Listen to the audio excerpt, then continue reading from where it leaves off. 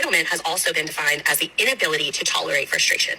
For the vast majority of abusers, the truth is that they actually have a problem with needing to control others. The root of most abusive behavior isn't to harm you, it's to control you. And for the vast majority of abusers, I believe it's co-regulation. They feel out of control of themselves, of their environment, have a very low threshold for stress tolerance, and control you in order to regulate themselves.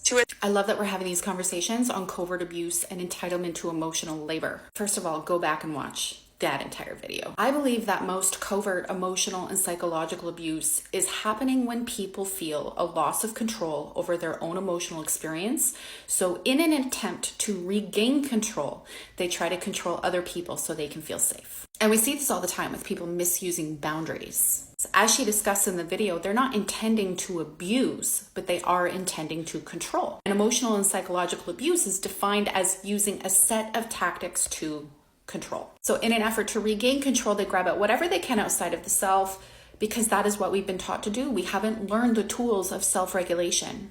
And then they justify trying to control other people with belief systems they hold that support it. Entitlement lies in belief system. And I don't think a lot of people see the entitlement that exists within their belief systems. If the belief removes someone's personal agency in any way, then there's entitled energy behind it.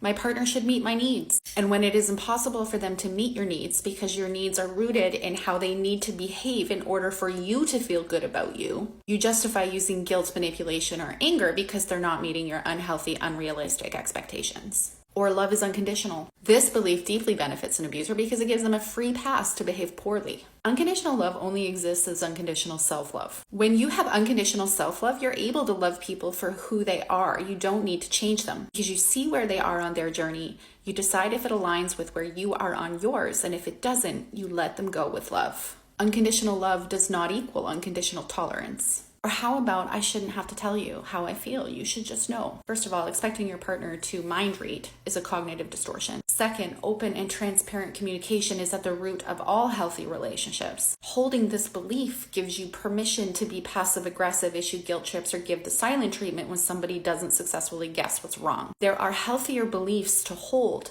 that support personal agency and accountability. We're not entitled to somebody's emotional labor. My emotions are mine. They are my responsibility to digest. Someone can help me if they want to, but I'm not entitled to it just because they're my friend, my partner, or my parent. It needs to be okay if someone in our life decides they don't want to regulate us. But if you hold a belief that it's your partner's responsibility, well, then you're giving away your power and you're evading accountability. You will never learn the skills and the tools to self-regulate or self-soothe and heal those parts of you.